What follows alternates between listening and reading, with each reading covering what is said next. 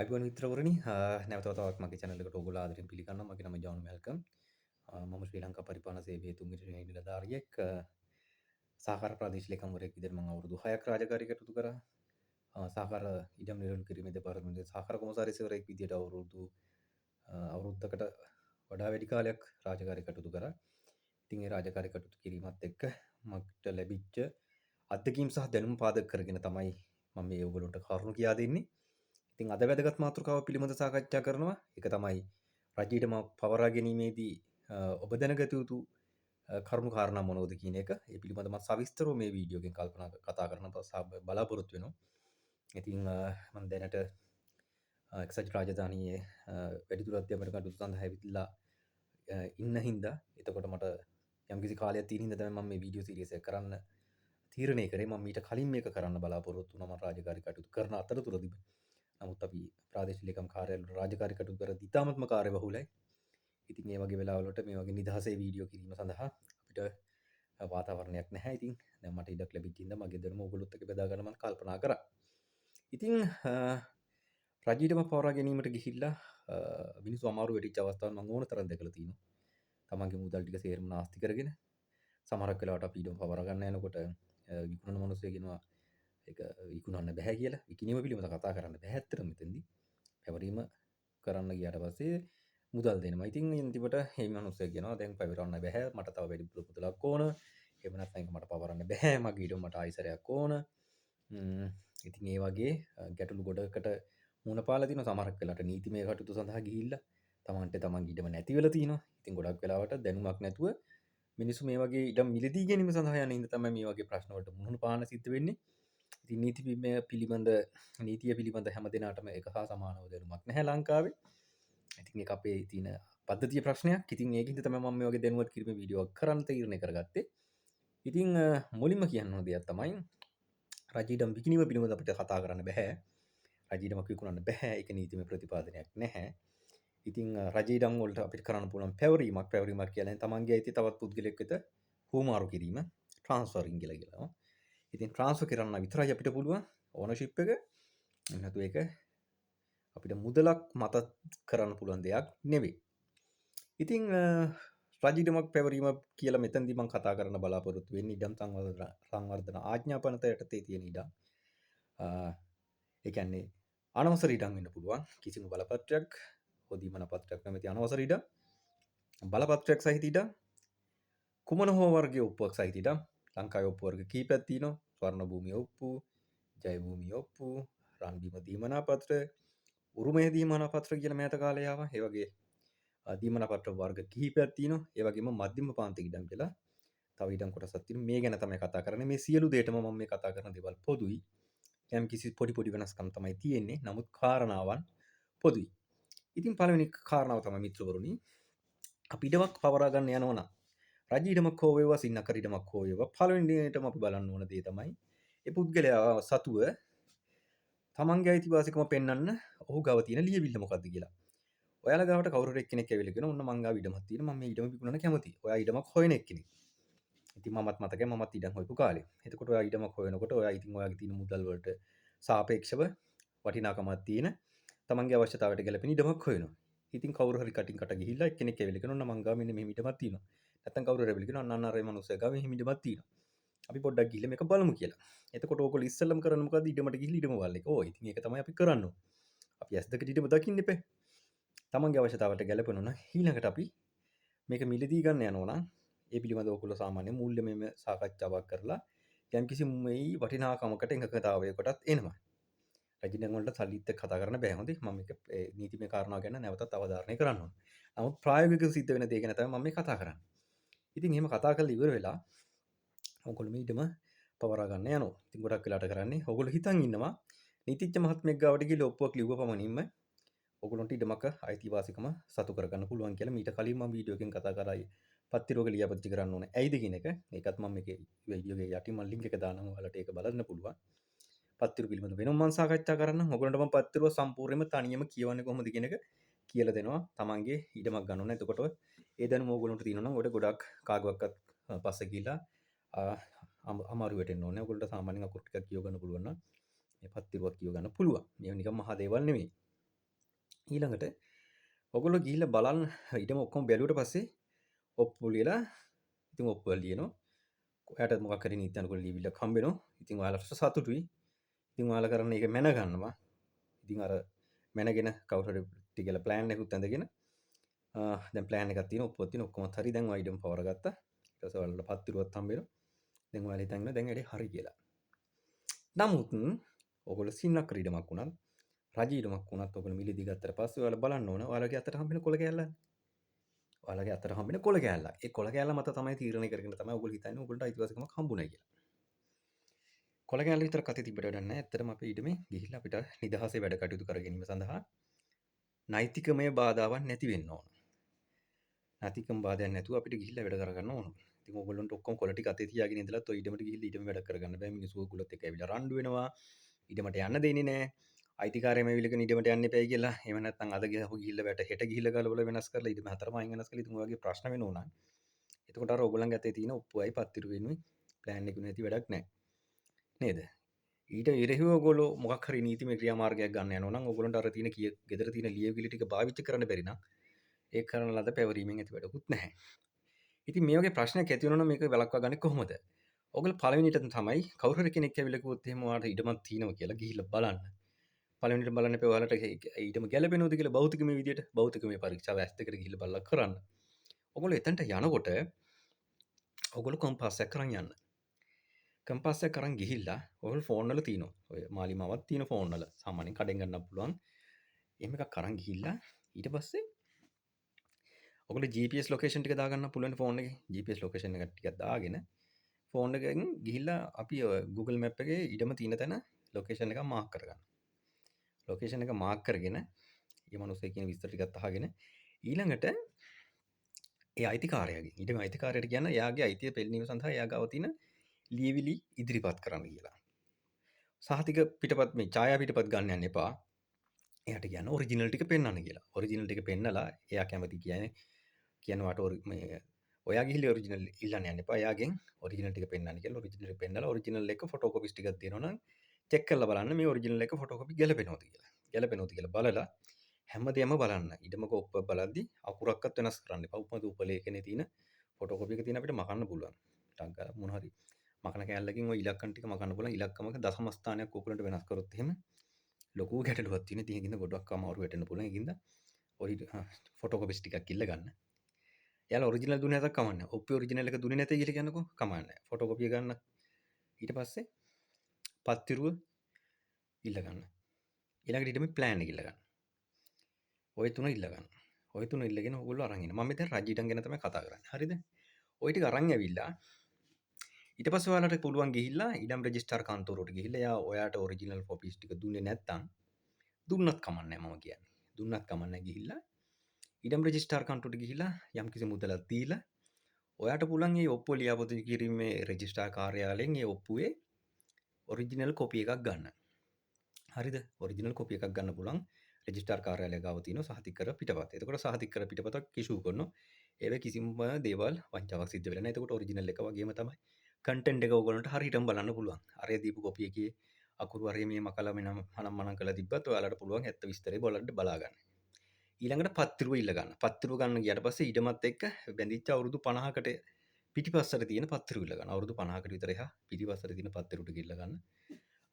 බැඳිච්ච සියලුම පත්තිරු ටික ඉල්ල ගන්න. ඉල්ලගෙන දැන් ප්ලෑන් එක ඔරිජිනල් එක ඔයාගාව තියෙනවනේ. ඊට පස්සේ ඒකත් එක්ක අරන් එන්න. ඒක අරන් ඇවිල්ලා දැන් ඕගොල්ලන්ට සාමාන්‍යයෙන් හිතන්නකෝ දැන් දැනුමක් නැතේ කියලා මේ දේවල් ටික කියව ගන්න. ඊළඟට ඔයගොල්ලෝ පළවෙනිටම කරන්න දේ කළ යුතු දේ තමයි ඔයගොල්ලෝ මිලදී ගන්න යන්නේ පවරා ගන්න යන්නේ රජීට මරණ. ඔයගොල්ලෝ ගිහිල්ලා ඔයාලගේ ගමේ ඉන්න ග්‍රාම සේවක මහත්තයා හම්බෙන්න. ග්‍රාම නිලධාරී කියලා කියන තනතුර හොඳ ග්‍රාම සේවක කියලා තනතුර ලංකාවේ නැහැ. ඒක තනතුර ග්‍රාම නිලධාරී. ඉතින් ඕගොල්ලෝ ගොඩක් පාවිච්චි කරන ග්‍රාම සේවක කියන එක. ඉතින් ග්‍රාම නිලධාරී මහත්මයා හෝ මහත්මිය ගිහිල්ලා හම්බෙන්න. හම්බෙලා එතුමාගෙන් හරි එතුමියගෙන් හරි මේ ඉඩමක් ඔයා මේ පවරා ගැනීමට යනවා. මේක පිළිබඳ නීතිමය වටපිටාව කියන්න කියලා. එතකොට යාලා සාමාන්‍යයෙන් ග්‍රාම නිලධාරීවරයා අලුත් එක්කෙනෙක් නෙවෙයි නම් ඔය ඊටම උඩ ඊට රජ ඊටම පිළිබඳ හොඳ දැනුමක් එයාලට තියෙන ඉතිහාසය පිළිබඳ. එතකොට මොනවා හරි ගැටලුවක් තියෙනවා නම් ඔය ඉඩමට යම්කිසි නඩු කටයුත්තක් පවරලා තියෙනවා නම් ඒ වගේ දේවල් තියෙනවා නම් ග්‍රාම නිලධාරි මහත්තයා දන්නවා ඒක. එතකොට එයා කියාවි මොන හරි ගැටලුවක් තියෙනවා මෙන්න මේ ප්‍රශ්නයක් තියෙනවා කියලා.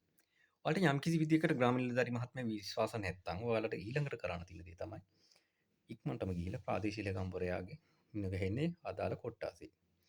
මොකද රජයේ ඉඩම් පිළිබඳ වගකීම තියෙන්නේ සහ බලය තියෙන්නේ ප්‍රාදේශීය ලේකම්වරයාට. උරුමේ දීමන පත්‍රවලදී මේක වෙනස් වෙනවා. මොකද උරුමේදී කොන්දේසි අපි අයින් කළා තමයි උරුමේ දීමන පත්‍ර අපි ඔයගොල්ලන්ට දුන්නේ. එතකොට උරුමේ දීමන පත්‍රවල පැවරීමේ කටයුතු සඳහා ප්‍රාදේශීය ලේකම්වරයා තවදුරටත් මැදිහත් වෙන්නේ නැහැ. නමුත් ඔයගොල්ලන්ට මොන හරි ගැටලුවක් තියෙනවා නම් ඉතින් ගිහිල්ලා ඇහුවොත් නොකියන්නේ කිකුලුත් නැහැ. උරුමය වුණත් ඊට පස්සේ ගිහිල්ලා ප්‍රාදේශීය ලේකම්වරයා ගිහිල්ලා හම්බෙලා ඔයයි ප්‍රාදේශීය ලේකම්වරයාත් එක්ක කතා කරන්න. ඔයාගේ අදහසක් තියෙනවා මෙන්න මේ ඉඩම පවරා ගන්න. මේකේ නීත්‍යානුකූලව වටපිටාව පැහැදිලි කරන්න කියලා. මොකද තවමත් ඉඩම තියෙන්නේ ප්‍රාදේශීය ලේකම්වරයාගේ බලතල සහිත වනම් ප්‍රාදේශීය ලේකම්වරයාගේ අනුමැතියකින් තොරව ඉඩම පවරා ගැනීමට ඕගොල්ලන්ට බෑ. මොකද ඕක නීත්‍යානුකූල පවරා ගැනීමක් බවට පරිවර්තනය වෙන්නේ ප්‍රාදේශීය ලේකම්වරයා විසින් බලතල බලය ලබා දූ ලිපියක් නිකුත් කරාට පස්සේ විතරයි. ඉතින් ප්‍රාදේශීය ලේකම්වරයා තමන්ගේ අභිමතය සහ කැමැත්ත ප්‍රකාශ කරන්න ඕන මේ ඉඩම පැවරීම පිළිබඳ. එතකොට ඒක ඒ අනුමැතිය ලබා දීමෙන් පසු පමණයි ඔයගොල්ලන්ට මේ ඉඩම පවර ගන්න පුළුවන්. එතකොට මොන ලෝයර්ස් ලිව්වත් වැඩක් නැහැ. ප්‍රාදේශීය ලේකම්වරයාගේ අනුමැතිය තියෙන්න ඕන. ඉතින් ඒකින්ද එතකොට ප්‍රාදේශීය ලේකම්වරයා තමන්ගේ ඉඩම් අංශයේ තියෙන ගොනු පරීක්ෂා කරලා බලලා ඒක පවරා ගැනීමට හැකියාවක් තියෙනවා නම් ඕගොල්ලන්ට කියාවි හරි මේ වැඩේ කරන්න පුළුවන්. කරන්න බැරි නම් මේ වැඩේ කරන්න බෑ කියලා. එතකොට රජ ඉඩම පවරා ගන්නව නම් ඕගොල්ලෝ සපුරාල යුතු සුදුසුකම් මොනවද? දැන් සාමාන්‍ය සින්නක් ඉඩමක් ගන්න වගේ කරන්න බෑ රජ ඉඩමක් පවරා ගන්න. ඉතින් ඕගොල්ලෝ පළවෙනියටම තමයි ශ්‍රී ලංකාවේ පුරවැසියෙක් වෙන්න ඕන. ඊළඟ එක තමයි අපි මේකෙත් සඳහන් කරලා තියෙනවා අපි ආදායම් මට්ටමක් මිත්‍රවරුනි මෙතනදී සලකා බලනවා. ඒ කියන්නේ ඉඩම් අපි දීලා තියෙන ගොවි පන්තියට නම් ඊටම පැවරිය හැක්කේත් ගොවි පන්ති එක්කෙනෙක්ටම තමයි. මෙතන ගොවි පන්තිය කියලා අදහස් කරන්නේ චක්‍රලේඛවල සඳහන් වෙලා තියෙනවා. මම දන්නේ නැහැ අලුතෙන් චක්‍රලේඛයක් මම ආවට පස්සේ නිකුත් කරාද කියලා. නමුත් මම එන්න කලින් අලුත්ම සර්කියුලර් එකක් ඉෂුව කරා. ඒක සඳහන් වෙලා තියෙනවා මාසික ආදායමක් පුද්ගලයෙක්ගේ මෙන්න මීට වඩා අඩු යුතුයි. පුද්ගලයෙක් නෙවෙයි අපි ඒක සලකන්නේ පවුලේ මාසික ආදායම කියලා. මෙන්න මේ ප්‍රමාණයට වඩා අඩු යුතුයි. එතකොට ඒ වගේ කෙනෙක්ට තමයි මේ ඉඩම පවරන්න පුළුවන් කියලා. ඉතින් පරණ ඉඩම් සංවර්ධන ආඥාපනතේ ගොවි පන්තියේ පුද්ගලයෙක් කියලා සඳහන් කරේ. ගොවිකම තමන්ගේ ප්‍රධාන ජීවනෝපාය කරගත් අයට සහ උගත් තරුණයන්ට තමයි මේ ඉඩම් පවර ගන්න පුළුවන් කියලා තමයි අර්ථකථනය කළ තිබ්බේ. නමුත් ඒ අර්ථකථනය දැන් චුට්ටක් වෙනස් කරලා තියෙනවා. ඉතින් ආදායම් සීමාවක් දාලා තිනවා. ඔයගොල්ලෝගේ ඒ ආදායම් සීමාවට වඩා අඩු නම් තමයි ඔයගොල්ලන්ට පුළුවන් මේ ඉඩම පවර ගන්න. එතකොට මේ ඉඩම පවරා ගැනීම සඳහා එකහෙලාම සුසුකමක් නැති වෙන මොන අවස්ථාවේදී ඔයගොල්ලන්ගේ ආදායම කොහොමද බලන්න පුළුවන්. එතකොට ප්‍රාදේශීය ලේකම්වරයා හිතනකො දැන් මේ ඉඩම ගන්න අවුලක් නැහැ වැඩේ යන්න පුළුවන් කියලා. එතකොට මේ ප්‍රොසෙස් එකේ ඊළඟ පියවර මොනවද?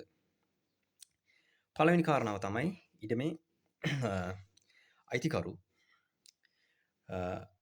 විසින් ප්‍රාදේශීය ලේකම්වරයාට ඉදිරිපත් කරන්න ඕන තමන්ගේ ඉඩමේ අයිතිවාසිකම පෙන්වීම සඳහා තමන් සතුව තිබෙන නීත්‍යානුකූල ලියවිලි ටික තමන්ගේ ඉඩමේ ඔප්පු පිටපතක් ඉදිරිපත් කරන්න ඕන, පත්තිරු ටික ඉදිරිපත් කරන්න ඕන. ඉඩම සඳහා මැන ඇඳලා ලද සැලැස්මක් තියෙන්න ඕන. ඒක ප්‍රයිවට් ප්ලෑන් එකක් නෙවෙයි. ඒක රජයේ මිනිඳුරුවරයෙක් විසින් අඳින ලද සැලැස්මක් තිබිය යුතුයි. ඉතින් මේ ටික ඉදිරිපත් කරාට පස්සේ මේ ඉඩම අයිතිකරු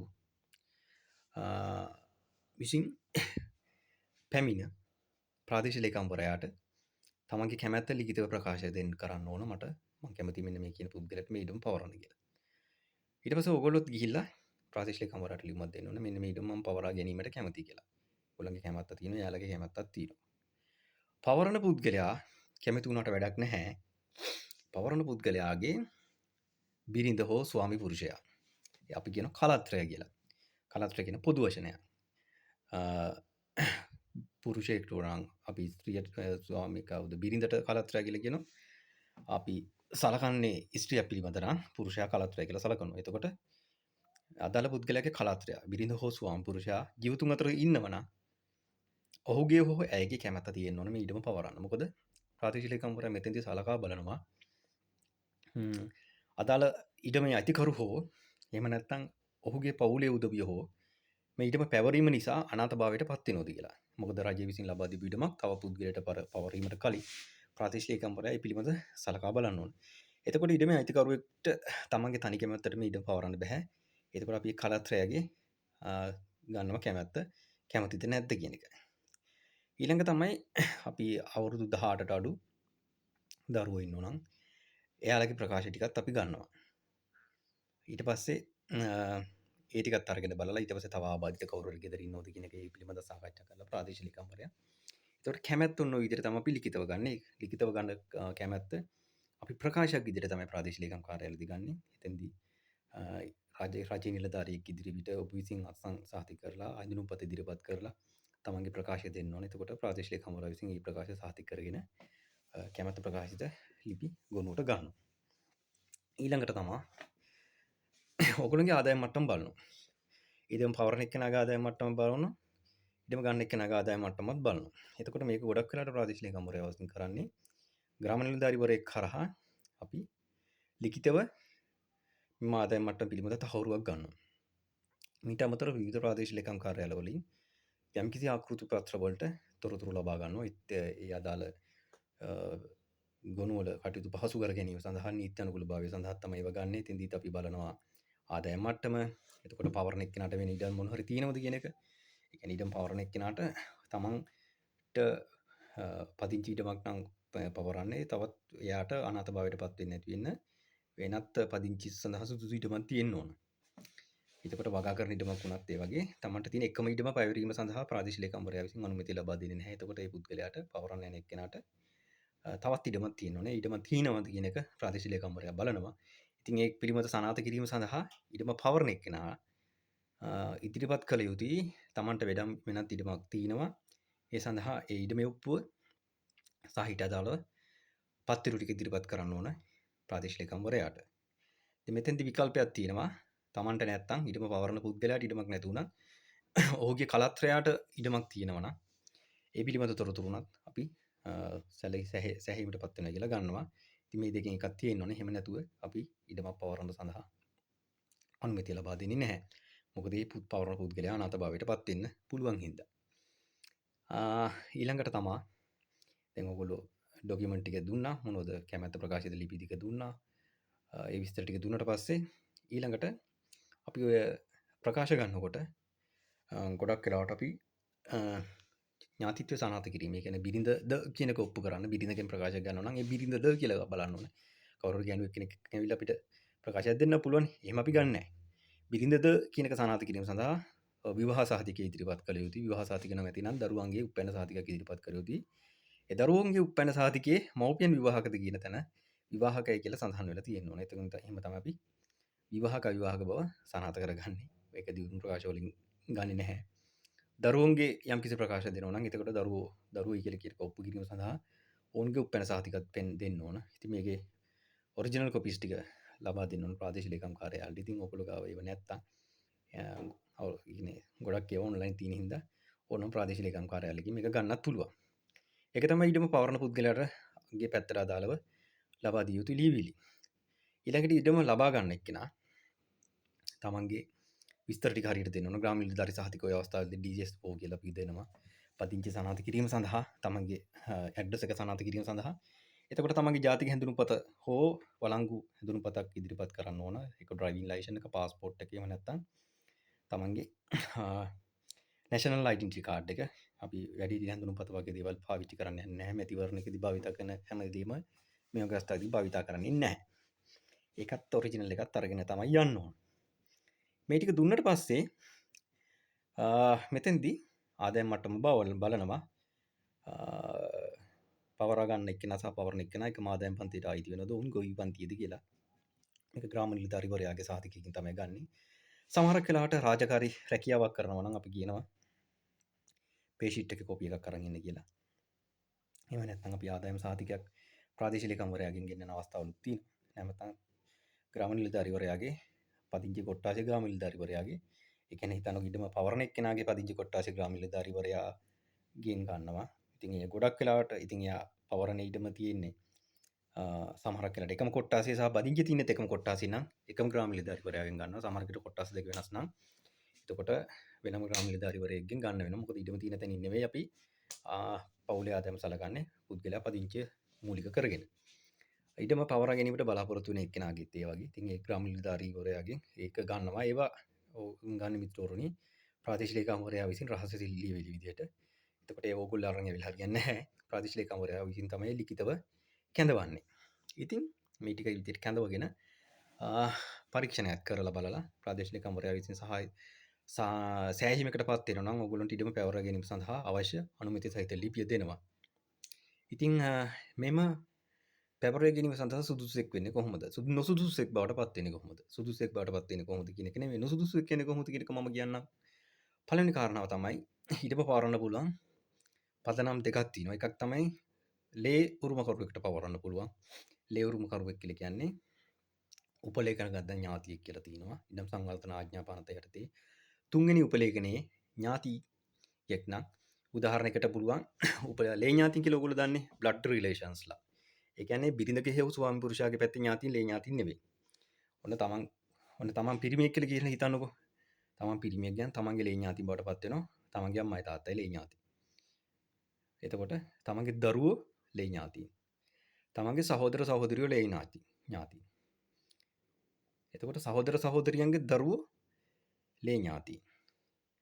තමන්ගේ අම්මගේ හෝ තාත්තගේ සහෝදර සහෝදරියෝ ලේ ඥාති. ඔන්න ඔය කට්ටිය තමයි අපි ලේ උරුමකරුවෝ කියලා සලකන්නේ. ඉතින් මේ ලේ ඥාති පුද්ගලයෙක්ට තමයි අපි ලේ උරුමකරුවෝ කියන එහෙම නැත්නම් අපි උපලේඛනගත ඥාතියෙක් කියලා කියනවා. ඉතින් ඊටම අයිතිකරු සහ ඊටම ලබා ගැනීමට බලාපොරොත්තු වෙන දෙන්න.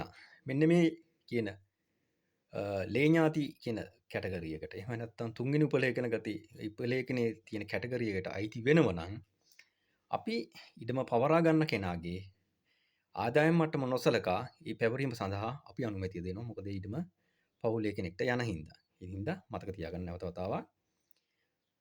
ඉඩම ගන්න එක්කෙනයි ඉඩම දෙන්න බලාපොරොත්තු වෙන එක්කෙනා දෙන්නම ලේ ඥාතින් වෙනවා නම් අන්න පුළුවන් අපි ආදායම් මට්ටම සලකන්නේ නැහැ ඒ වෙලාවේ. ඉඩම ගන්න යන එක්කෙනා රජයේ සේවකයෙක් වුණත් එයාට පුළුවන් ඒ ඉඩම ගන්න. උදාහරණයකට කියනවා බාප්පගේ ඉඩම මට ගිහිල්ලා ගන්න පුළුවන්. මම රජයේ තනතුරක් දරුවා. එහෙම නැත්නම් මගේ ඉඩම මගේ මල්ලිට ගන්න පුළුවන්. මල්ලිගේ ඉඩම මට ගන්න පුළුවන්. අන්න ඒ වගේ තමයි. එතින්දී ගැටලුවක් වෙන්නේ නැහැ. තමන්ගේ ආදායම් මට්ටම රැකියාව මොකද්ද කියන එක. හැබැයි එහෙම නොවෙනෝ නම් ගොවි පන්තියෙක් කෙනෙක්ට තමයි ඉඩම පවරන්න පුළුවන්. ඒ කියන්නේ ඉඩම ගන්න යන පුද්ගලයා ගොවි පන්තියට අයිති වෙනවා. ඥාතියෙක් නෙවෙයි. එතකොට ඔයා රජයේ සේවකයෙක් නම් ඔයාට ඉඩම ගන්න බෑ. එහෙම නැත්නම් ඔයාගේ පවුලේ කවුරු හරි කෙනෙක් රජයේ සේවකයෙක් නම් ඕගොල්ලන්ගේ පදිංචි ගෘහ මූලික යටතේ ඔයාගේ පදිංචි ගෘහ මූලික යටතේ කවුරු හරි කෙනෙක් රජයේ සේවකයෙක් විදිහට ඉන්නවා නම් ඔයගොල්ලන්ට ගන්න බෑ. ඔයගොල්ලන්ගේ පදිංචි ගෘහ මූලික යටතේ කවුරු හරි කෙනෙක් විදේශගත වෙලා විදේශ රැකියාව කරනවා නම් එහෙම වුණත් ඔයගොල්ලෝ නුසුදුසුෙක් බවට පත් වෙනවා. ඔයගොල්ලන්ගේ ආදායම් මට්ටම ගොවි පන්තිය වටා වැඩි නම් ඔයගොල්ලෝ මේ ඉඩම ලබා ගැනීම සඳහා නුසුදුසුෙක් බවට පත් වෙනවා.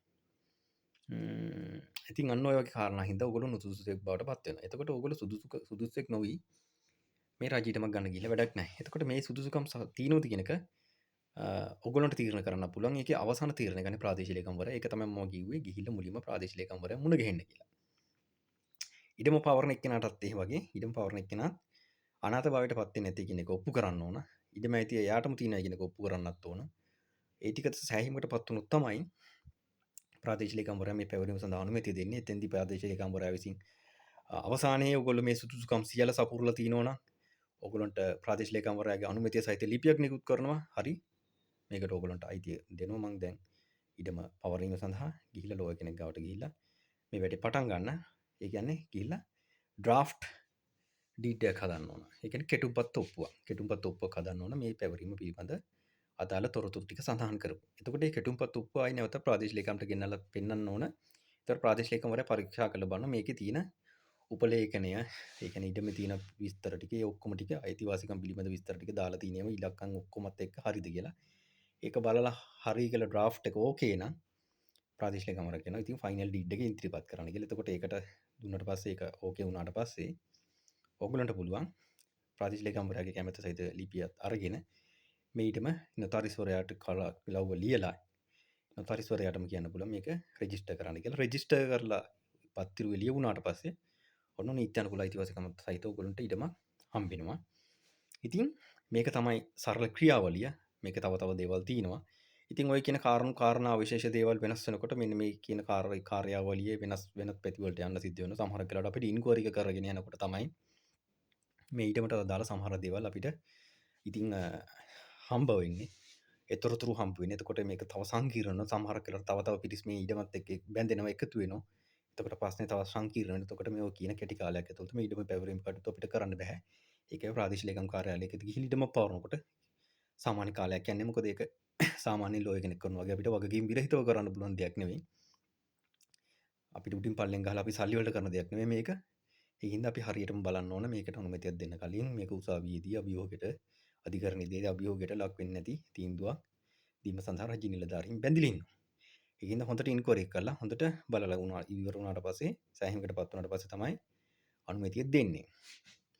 ඉතින් ඒකින්ද ඕගොල්ලෝ ඊටම පවර ගැනීමට බලාපොරොත්තු වෙනවා නම් වේලාසන යන්න. ඒකට යම්කිසි කාලයක් ගත වෙනවා. එතකොට අවශ්‍ය ලීවිලි ටික හරියට සකස්සාගෙන යන්න. ගැටලු ඇති වෙනවා මිත්‍රවරුනි. ගොඩක් වෙලාවට මෙතන ඔයගොල්ලෝ මම ඒ ටික කියන්න. සමහරක් වෙලාවට ඊට මේ තමට අයිතිය නැතුව තමන්ට ඊටම නඩු තීන්දුවකින් අහිමි වෙලා තියෙද්දිත් ඒ පිළිබඳව තොරතුරු පෙන්වන්න නැතුව ඔප්පු විතරක් පෙන්නලා ඊටම ඔයගොල්ලන්ට විකුණන්න හදනවා. එතකොට එහෙම ගන්න ගියොත් එහෙම ඔයගොල්ලෝ අමාරු වෙටනවා. එතකොට සමහරක් වෙලාවට ඊටම තවත් පුද්ගලෙක්ට විකුණලා ඒ පුද්ගලයා රට ගිහිල්ලා එහෙම විකුණපු ඔප්පුව තියෙද්දි හංගගෙන වෙනත් ප්‍රකාශන ඔප්පුව ලියාගෙන ඊට පස්සේ ඔයගොල්ලෝ ගාවට එන්නත් පුළුවන් ඊටම විකුණන්න. ඒ වෙලාවෙදිත් ඔයගොල්ලෝ අමාරු වෙටනවා. ඊළඟට තමයි සමහරක් වෙලාවට මේ ඉඩම් වලට නඩු කටයුතු යනවා. යන අතරතුර ඔයගොල්ලන්ට ඉඩම පැවරීම කටයුතු සිද්ධ කරන්නත් ඉඩ තියෙනවා. එහෙම නැත්නම් ඒ ඉඩම ප්‍රාදේශීය ලේකම්වරයා විසින් රජය සතු කරගෙන යම්කිසි හේතුවක් සඳහා ඒ අතරතුර ඇවිල්ලා ඒක පිළිබඳ තොරතුරු වසන් කරලා ඔයගොල්ලන්ට ඉඩම පවර ගන්නත් යන්න ඉඩ තියෙනවා. ඉතින් මේ වගේ ගැටලු සහගත දේවල් තියෙනවා. එහෙම නැත්නම් අපි මොකක් හරි ව්‍යාපෘතියක් සඳහා වෙන් කරන්න බලාපොරොත්තු වෙන ප්‍රදේශයක ඉඩමක් ඔයගොල්ලන්ට පවරන්න යන්නත් ඉඩ තියෙනවා.